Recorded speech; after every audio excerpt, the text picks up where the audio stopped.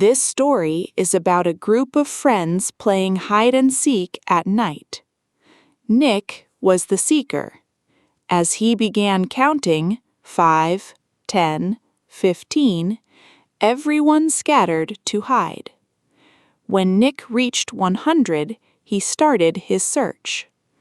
Tom hid in the bushes, while Jake hid behind a wall. Eventually, Nick found everyone except Lily. To look for her, Nick ventured deeper into the forest. Outside, the rest of the group waited and wondered what would happen. After a while, they saw Lily walking out, but she wasn't with Nick. She was with her older sister. It turned out that Lily's sister had come to pick her up because it was getting late. The friends looked at one another and agreed it was time to head home. One of them asked, "What about Nick? He's still in the forest looking for Lily." Another replied, "It's fine. If he can't find her, he'll come back on his own." With that, they all left. Meanwhile, inside the forest, Nick was still searching for Lily. He walked around, glancing in every direction. Suddenly, he spotted someone who looked like Lily hiding behind a tree. Overjoyed, he ran over and shouted, "Caught you! You can't hide this time."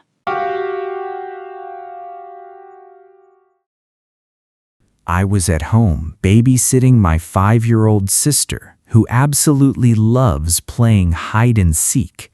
She ran all over the house before finally hiding inside the large wardrobe in our mother's bedroom. Standing outside the wardrobe door, I pretended to search for her, then lightly knocked on the wood and called out loudly, "Knock, knock, I found you, time to come out."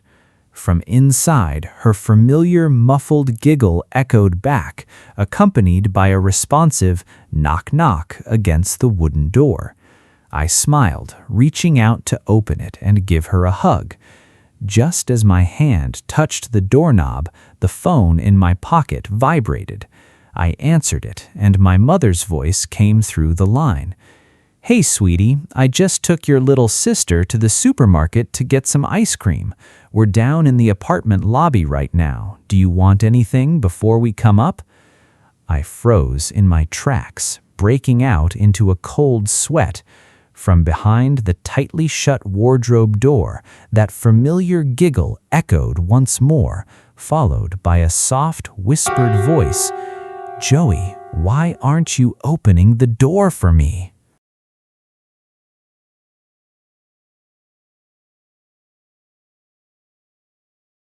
One time, I went to my friend's house to hang out.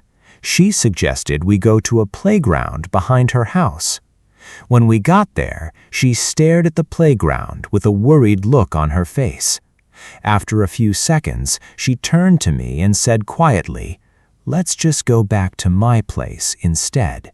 Then she turned around and started walking away. Curious, I looked toward the playground she had been staring at. There was only a mother and her little boy. She was gently pushing him on the swing. We went back to her house, played some games, and had dinner. About 3 hours later, I happened to glance out the window and saw the same woman still there, pushing the swing for her son. Surprised, I asked, "Hey, that lady is still out there playing with her kid, right?" My friend froze. Her face went pale. With a trembling voice, she asked, You see her pushing the swing for her son? That's impossible. Her son died in an accident a month ago.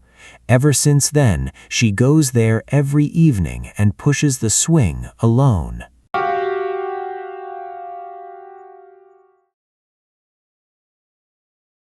The mother opened the door and stepped into her daughter's bedroom.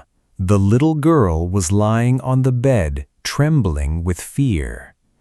Puzzled, the mother asked, "What's wrong, sweetie?"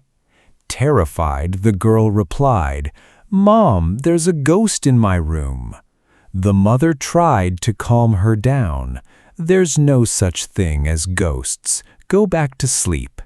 But the girl wouldn't believe it. She insisted, "There really is a ghost, Mom.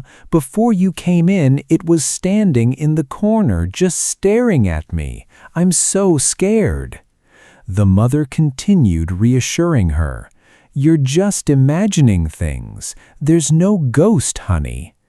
"But it's true, Mom. Its face was so scary," the girl cried.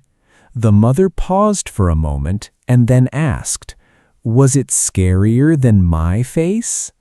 Confused, the girl asked, "Huh? What do you mean, Mom?" The mother smirked and replied, "Wait, you actually thought I was your mom this whole time?" One rainy evening, my friend and I took a late-night ghost tour of Edinburgh Castle. As the group walked through the dark stone corridors, I noticed a man dressed in a traditional Scottish military uniform standing silently at the end of a dimly lit hallway. He was staring at the floor, perfectly still. I nudged my friend and whispered, "Wow, that reenactment actor looks so realistic. His costume is flawless." My friend glanced over, shrugged, and we kept walking with the tour. An hour later, as we were leaving the castle gates, I saw the tour guide packing up his things. Curious, I approached him and asked, "Excuse me, the guard standing in the northern corridor, how long do they have to stand there for the performance?" The guide stopped what he was doing, the color draining from his face.